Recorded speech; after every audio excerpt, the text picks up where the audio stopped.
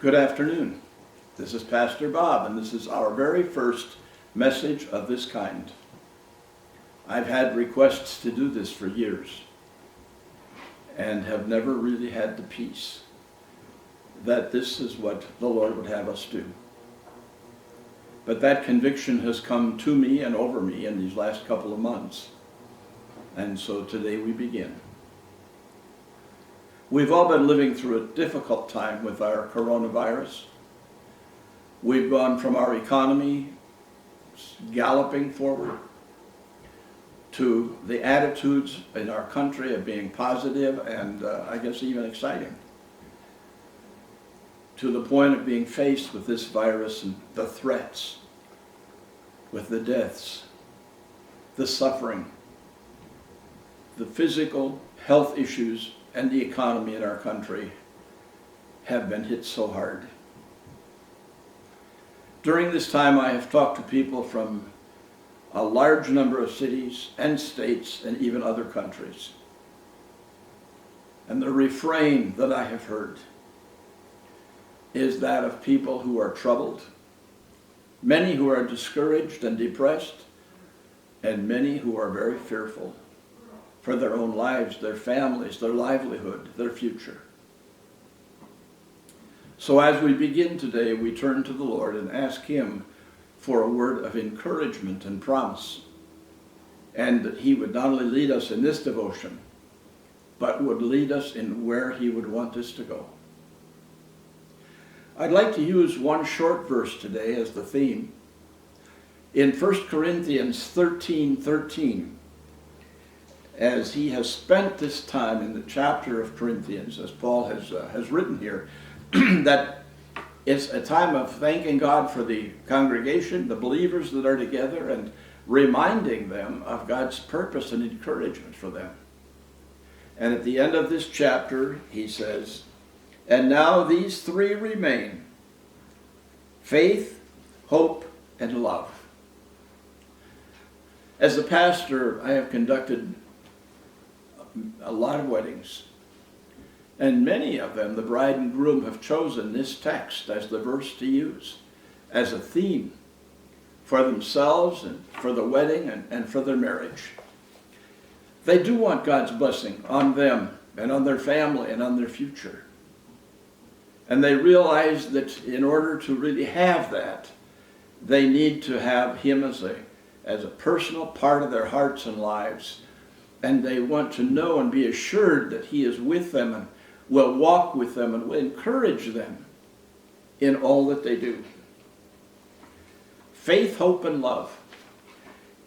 In Hebrews chapter 11, it's called the chapter of faith.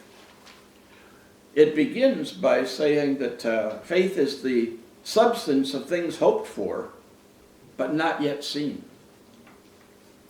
I had an associate pastor for 5 years when I was still in the church. And Walter was a good, godly man, a friend of ours. He was older than I am. He'd been in China for 50 years as a missionary. And Walter's favorite expression was, "The best is yet to come." I was with them where they went through family struggles, health struggles. After he had resigned from our congregation and went on to continue his work in other ways, I saw him many times.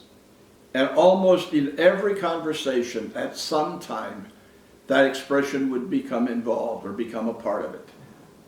The best is yet to come. In his 90s, his wife passed away. They were devoted to each other and to the Lord and to their family. Such nice people. And as I saw him after the funeral for his wife, and as we were visiting and talking about the wonderful experiences they'd had in this country, in China, with their family, but as we were visiting, he said, "Bob, remember, the best is yet to come." Because even though she had passed away, he anticipated seeing her in heaven. I know what that's like now.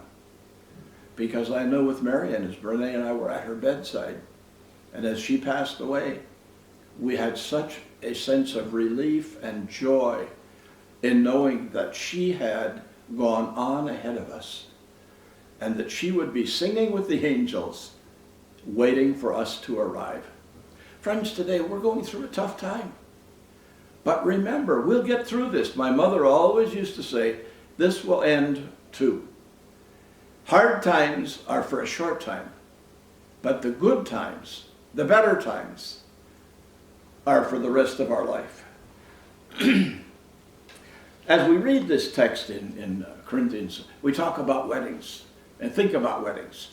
And the whole thing about that is that when a couple comes to a wedding, they look back and are thankful for that. They look around and they're excited about the future. And they love each other. And one of the most joyful times for me as a pastor is to be at a wedding. And they look to the future with anticipation and promise and hope for the future. And it's based on the Lord's blessing in their home and in their family. Faith is a gift that God gives us. Faith is not something we manufacture or that we build. In Hebrews chapter 11, the book of faith, Jeremiah was the weeping prophet. He loved the people of Israel. He worked with them. He talked to them. He spoke to them. He taught them. But most of all, he prayed for them. And Lamentations was a book of sadness because Israel had turned their back on God. But God had promised to bring them back. And as Jeremiah writes Hebrews in chapter 11, he talks about that, his confidence. And it's based on the faith of those who had gone before, of those who were around them, and those that they looked ahead to. He had a threefold point of view: the history, the present, and the future, looking to God. And so this idea of being able to live with him and for him, for now and for all of eternity. A wedding is a time of joy, a time of promise, and a time of hope. And if there were a theme today that I would want you to remember and to take with you, it is that God gives us hope. When we come to the point of inviting the Lord into our hearts and lives, the moment we invite him in, we are set free from our past and from the sin, from our failures, and from all the things in our life that have kept us from having our best. And when the Holy Spirit comes into us, he gives us a new sense. It's a new birth, and we become a new person. And when that happens, the moment that faith is given, hope arises.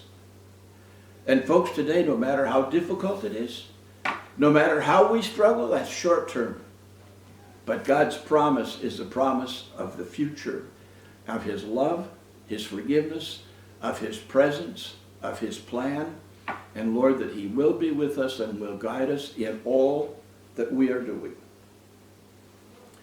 Faith, hope, and love. And out of faith, with hope, grows our love for the Lord and for each other.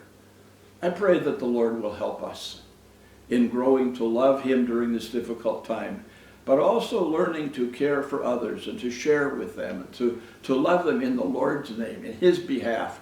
It's a gift from him. It's not ours.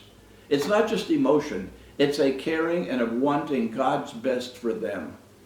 And that's my prayer for you today, for us, for our country, for our future, that we might pray together, that we might work together, that we would have God's best in our own life, in our home, and in our future. God be with you today.